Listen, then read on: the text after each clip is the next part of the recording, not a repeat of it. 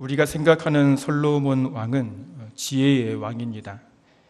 솔로몬이 지혜의 왕으로 세워지게 된 이유는 하나죠. 지혜의 근본이신 하나님께 지혜를 구하였기 때문입니다. 하나님께서는 솔로몬의 일천번제를 드리는 모습을 통해서 심히 기뻐하셨습니다. 온 백성들과 함께 하나님께 나아가는 그 마음을 하나님께서 받으신 것입니다. 그래서 하나님은 솔로몬에게 복을 주시기를 원하여서 내게 무엇을 줄까라고 하나님께서 묻습니다. 이때 솔로몬은 하나님 백성들을 다스릴 수 있는 그런 지혜를 주시고 또 백성들의 어려움과 고난의 소리를 들을 수 있는 듣는 마음을 요구하였습니다. 솔로몬은 참 겸손한 그런 왕이었습니다. 하나님께 세워주신 이스라엘의 진정한 통치자는 하나님이심을 인정하며 자신 하나님의 어린 종으로서 하나님이 허락하신 백성들을 하나님의 지혜로 다스리며 백성들과 함께 하나님을 온전히 섬기기를 원하는 모든 마음들이 담겨져 있는 그런 요구였습니다. 이런 솔로몬의 모습을 기뻐하신 하나님께서 솔로몬이 요구한 지혜를 충만하게 주시고 또한 솔로몬이 요구하지 않는 부귀와 영광을 풍성하게 부어주셨습니다. 솔로몬 정말 대단한 왕이 아닙니까? 하나님을 사랑하는 마음이 얼마나 충만한지, 또한 백성들을 생각하는 마음이 얼마나 아름다운지, 솔로몬은 이스라엘 백성뿐 아니라 이웃 나라의 왕들에게도 존경을 받는 왕으로 세워졌습니다. 그런데 이렇게 하나님께 인정받으며 백성들에게 인정받으며 심지어는 이방인의 왕들에게도 인정받는 이 솔로몬이 오늘 왜 이렇게 타락한 모습을 우리에게 보여주고 있을까요? 일천번제를 드릴 정도로 하나님을 뜨겁게 사랑하였던 이 솔로몬이 어떻게 우상을 섬기며 하나님의 심판을 받게 되었을까요? 우리는 오늘 이 밤에 솔로몬이 하나님을 떠날 수밖에 없었던 모습을 살펴보면서 우리 자신들을 돌아보고 하나님 앞에 다시 한번 내 자신을 세워갈 수 있는 그런 시간이 되어지기를 바랍니다. 첫째로 하나님을 떠나 여인을 더 사랑한 이 솔로몬이었습니다. 1절 말씀에 솔로몬 왕이 바로의 딸 외에 이방인의 많은 여인을 사랑하였다, 그렇게 말을 하고 있습니다. 하나님께서는 가나안 땅에 들어가기 전에 이스라엘 백성들에게 경고하신 그런 말씀이 몇 가지 있는데 그 중에 하나가 출애굽기 34장 16절 말씀입니다. 또 내가 그들의 딸들을 내 아들들의 아내로 삼음으로 그들의 딸들이 그들의 신들을 음란하게 섬기며 내 아들에게 그들의 신들을 음란하게 섬기게 할까 함이니라. 약속의 땅 가나안 땅에 들어가면 원주민들과 혼인을 하지 말라는 것입니다. 다시 말하면 이방 여인을 아내로 취하지 말라. 하나님 이렇게 백성들에게 간절히 부탁을 했습니다. 오늘 열왕기상 저자도 역시 이 말씀을 2절에 이렇게 시작합니다. 2절 말씀 보니까 여호와께서 일찍이 여러 백성에게 대하여 이스라엘 자손에게 말씀하시기를 너희는 그들과 서로 통혼하지 말며 그들도 너희와 서로 통혼하게 하지 말라. 그들이 반드시 너희의 마음을 돌려 그들의 신들을 따르게 하리라 하셨으나 솔로몬이 그들을 사랑하였더라.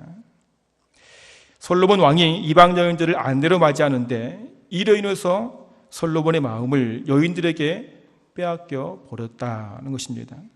일천번제를 드릴 정도로 하나님을 사랑하였던 솔로몬의 마음을 이방 여인들로 인해서 하나님이 아닌 여인들이 섬기는 신들에게 빼앗겨 버렸다는 것입니다. 그럼 솔로몬의 마음이 여인들에게 어느 정도로 빼앗겨 버렸습니까? 3절에 보니까 왕은 후궁이 700명이요 첩이 300명이라 그의 여인들이 왕의 마음을 돌아서게 하였더라. 솔로몬은 1,000명이란 이방 여인들을 부인으로 맞이하고 그 이방 여인들이 왕의 마음을 하나님께로부터 돌아서서 우상을 섬기게 하였다. 저자는 지금 계속해서 마음이라는 단어를 사용하고 있습니다. 2절에 이방 여인과 사랑하며 그들의 마음을 너희의 마음을 돌릴 것이다. 이방 여인의 마음을 사랑하면 이방 여인과 사랑하면 너희 마음을 돌릴 것이다. 3절에 그의 여인들이 왕의 마음을 돌아서게 하였다. 4절에서는 그의 여인들이 그의 마음을 돌려 다른 신들을 따르게 하였다. 그리고 8절에 솔로몬이 마음을 돌려 하나님을 떠남으로 하나님은 그에게 진노하였다. 저자는 계속해서 솔로몬의 마음이 여인들을 사랑하고 여인들이 왕의 마음을 돌이키고 이로 인해 다른 신을 섬기게 하고 결국 하나님을 떠난 솔로몬은 하나님께 진노를 받았다는 것입니다. 잠언 기자는 잠언 4장 23절에서 무릇 지킬 만한 것보다 더욱 내 마음을 지키라 이렇게 말씀하십니다.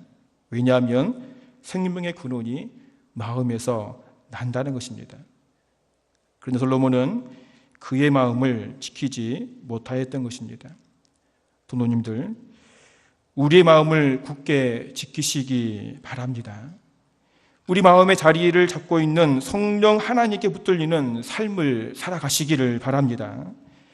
세상을 사랑하는 자들이 아닌 오직 나의 참 생명의 근원이신 하나님만을 사랑함으로 우리 마음을 굳게 지켜나가시기를 바랍니다. 저는 오늘 말씀이 믿음 생활을 한 지 오래된 성도들에게 주신 말씀이라고 말하고 싶습니다. 여기 앞에 서 있는 저 자신을 비롯한 중직자들에게 주시는 말씀이고 말씀 앞에 내 자신을 돌아봐야 할 것이라고 생각이 되어집니다. 솔로몬이 이방 여인을 사랑하여 하나님께로부터 마음을 돌아섰다 말씀하시는데 그때가 언제라고 말씀하시니까 4절에 보니까 솔로몬의 나이가 많을 때에 그 여인들이 그의 마음을 돌렸다는 것입니다. 이는 솔로몬이 처음에는 하나님께 일천번제를 드리면서 하나님 사랑하는 마음으로 충만하였는데 이제 오랜 시간이 흘러서 늙게 되었을 때에 그의 모든 마음을 다 빼앗겨 버렸다는 것입니다. 이 말씀은 솔로몬의 마음이 하루아침에 하나님에게서 이방 여인으로 확 바뀐 것이 아니라 조금씩 바뀌어 갔다는 것을 우리에게 말씀하고 있죠. 처음에는 하나님을 열정적으로 믿음을 통해서 하나님께 복을 받고 나라가 평안했습니다. 부귀영화도 풍성하게 얻었습니다. 이로 인해 성전과 왕궁도 화려하게 건축하고 세상이 부러워할 만한 놀라운 복을 솔로몬이 받게 되었습니다. 그러자 조금씩 그 마음에 하나님은 사라져가고 여인을 사랑하는 마음으로 조금씩 채워져 가는 것입니다. 우리 신앙도 마찬가지이죠. 우리가 처음 예수님을 영접하였을 때, 인격적으로 만났을 때에 우리 마음은 정말 가난하였습니다. 심령 가난한 자는 복이 있나니 말씀하신 것처럼 하나님의 은혜만을 사모하며 겸손하게 하나님 말씀에 순종하고 나의 모든 것을 다 주님께 들으며 우리의 믿음 가운데 달려가는 그런 삶을 살아왔습니다. 그런데 하나님의 은혜를 잊고 물질의 복을 받고 직분을 가지면 가질수록 우리 마음엔 하나님은 점점 사라져가고 나의 교만한 마음만이 자리를 잡고 있다는 것을 우리는 종종 발견하면서 깜짝깜짝 놀라죠. 하나님 세상에 빛이 되라 나를 세상 속으로 보내주셨는데 세상 속에서 나의 마음은 하나님은 사라지고 세상이 자리를 잡고 있다는 것입니다. 지금 솔로몬이 이렇게 노년에 하나님을 떠나가는 모습을 통해서 선자는 넘어질까 조심하라 이 바울의 말씀이 생각이 납니다. 우리가 잘 알고 있는 베드로 얼마나 대단한 사람입니까? 예수님의 수제자이고 주는 그리스도시요 살아계신 하나님의 아들이라고 고백했던 이 베드로, 다른 사람들은 예수님을 다 버린다 할지라도 나는 절대로 버리지 않겠습니다라고 장담하였던 이 베드로, 그런 예수님이 잡혀가자 여인 앞에서 예수님을 3번씩이나 부인하고 넘어졌던 베드로였습니다. 우리는 정말 겸손하게 우리의 마음을 지켜야 합니다. 하나님을 사랑하면 사랑할수록 더 겸손하게, 더 진실하게 낮아지는 마음으로 하나님의 교회를 섬기고 주의 종을 섬기고 성도를 섬기게 하는 자리에 우리는 나가야 됩니다. 세상 속에서 나를 낮추고 내 안에 계신 생명의 빛이신 예수 그리스도를 높이 드러내는 우리의 삶을 살아가야 됩니다. 은혜를 받으면 받을수록 말입니다. 솔로몬이 넘어질 때가 노년이라는 말을 통해서 신앙의 결정에 이르어야 될 중직자일 때에, 또는 신앙의 연수가 많아질 때에 우리는 더욱더 겸손하게 자신을 낮추고 하나님만을 뜨겁게 사랑하는 우리의 믿음이 되어지기를 간절히 소원합니다. 또한 솔로몬의 이 마음이 시간이 지나갈수록 전부 하나님을 떠나 여인들에게 향하게 되었는데, 그 시작이 어디인지 아십니까? 오늘 1절에서도 저자가 우리에게 보여주는데, 솔로몬 왕이 바로의 딸 외에 이방의 많은 여인을 사랑하였다. 솔로몬의 죄의 출발이 바로의 딸을 부인으로 맞이하는 시점부터 잘못되었다는 것입니다. 그 시작이 어디인지 아십니까? 놀라지 마십시오. 솔로몬이 하나님께 일천번제를 드리는 그 시점입니다. 열왕기서 3장 1절에 보니까 솔로몬이 애굽의 왕 바로와 더불어 혼인관계를 맺어 그의 딸을 맞이하고 다윗성에 데려다가 두고 자기의 왕궁과 여호와의 성전과 예루살렘 주위의 성의 공사가 끝나기를 기다리니라. 솔로몬 당시의 최강대국인 애굽 왕 바로의 딸을 아내로 맞이한 것입니다. 이 애굽이라는 나라는 이 자존감이 대단히 강한 나라입니다. 그래서 자신의 그 공주를 다른 나라에 시집을 보내지 않는다고 합니다. 그런데 이 애굽 왕 바로가 자신의 딸을 이스라엘의 솔로몬 왕과 정략 결혼을 시켰다는 것은 당시의 이스라엘의 국력이 대단했음을 우리는 짐작할 수 있다는 것입니다. 하나님께서 아버지 다윗 왕을 통해 주의 모든 나라들이 이스라엘을 두려워하도록 하나님이 만들어 주신 것입니다. 주위의 많은 나라들이 다윗에게 조공을 바치도록 강력한 나라로 이스라엘을 세워주신 것입니다. 그래서 바로는 솔로몬과 결혼 정책을 쓴 것이죠.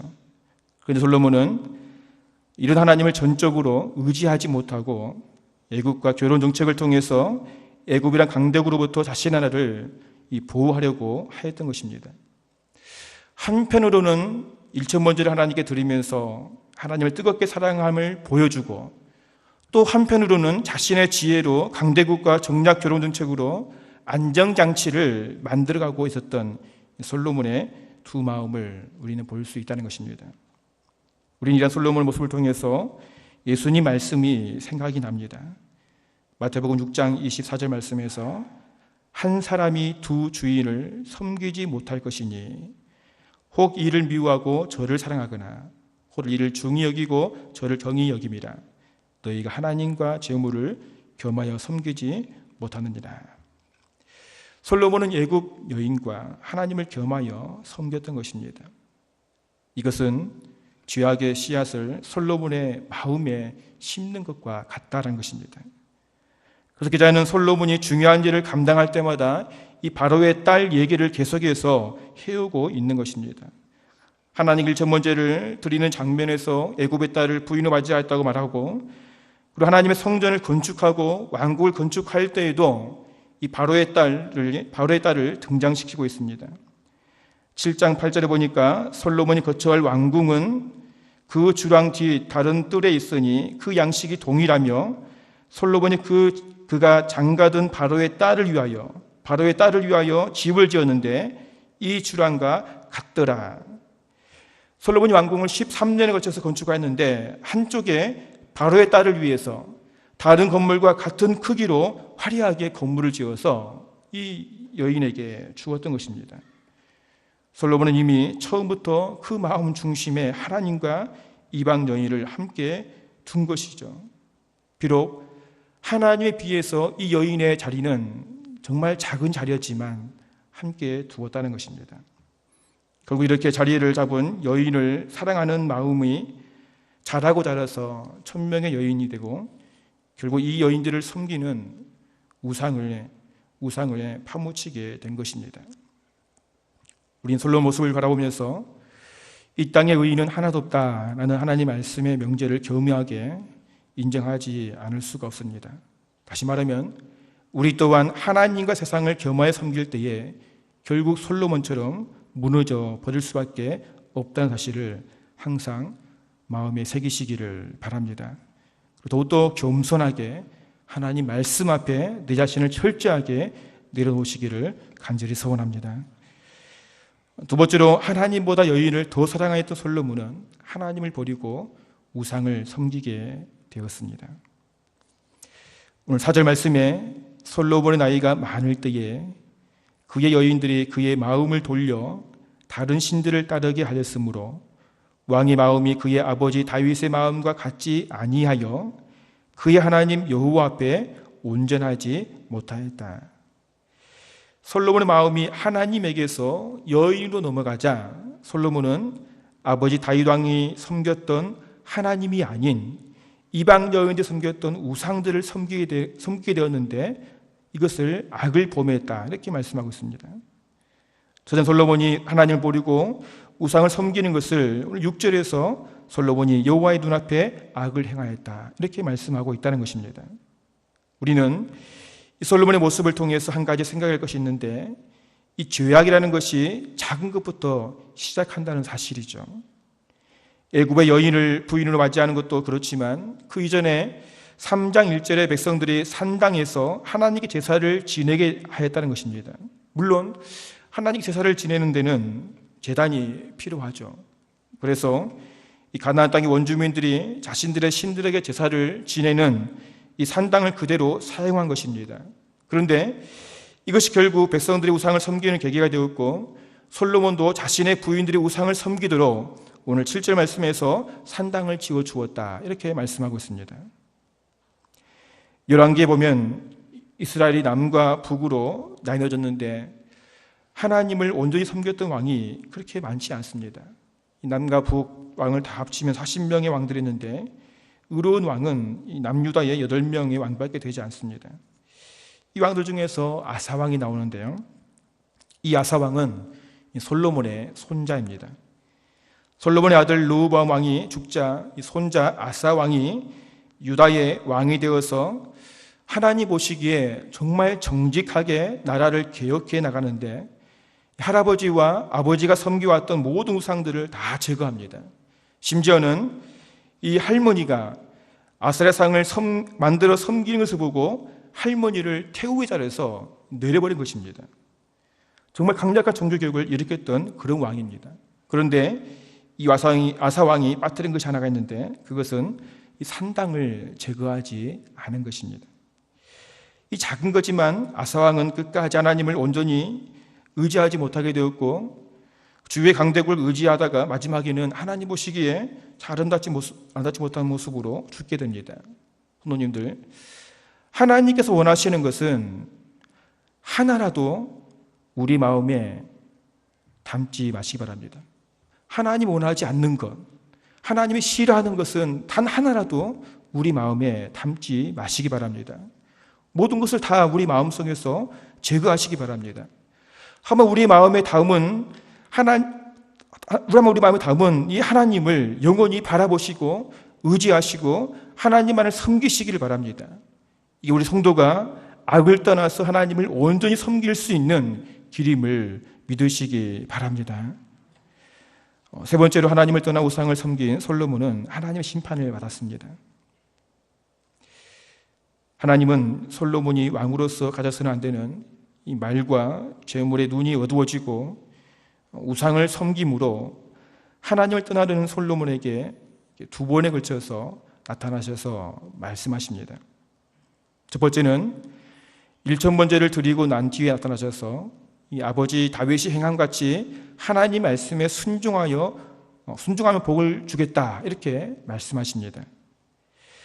두 번째 성전 봉헌식 후에 하나님께 솔로몬에 나타나셔서 열왕기 9장 4절에 1000번제에서 말씀하신 것처럼 또다시 아버지 다윗의 길을 걸어가면, 하나님 말씀에 순종하면, 나를 잘 섬기면 복을 주겠다, 이렇게 말씀하시면서 한 가지 더 하나님은 첨가해서 말씀하시는데, 열왕기상 9장 6절 말씀입니다. 만일 너희가 너희의 자손이 아주 돌아서서 나를 따르지 아니하며 내가 너희 앞에 둔 나의 계명과 법도를 지키지 아니하고 가서 다른 신을 섬겨 그것을 경배하면 내가 이스라엘을 내가 그들에게 준 땅에서 끊어버릴 것이요 내 이름을 위하여 내가 거룩하게 구별한 이 성전이라도 내 앞에서 던져버리니 이스라엘은 모든 민족 가운데서 속담거리와 이야기거리가 될 것이라. 이것은 하나님의 경고의 메시지였습니다. 하나님께서는 백성들에게 은혜를 주시기를 원하십니다. 때로는 백성들이 하나님을 등지고 하나님을 떠나는 일이 있지만 그럴 때마다 하나님은 찾아오셔서 여러 가지 모습으로 여러 가지 말씀으로 너의 행동이 잘못되었다라고 경고를 주십니다. 다윗처럼 자녀를 빼앗아 가기도 합니다. 때로는 선지자를 보내어서 아주 강하게 책망도 하십니다.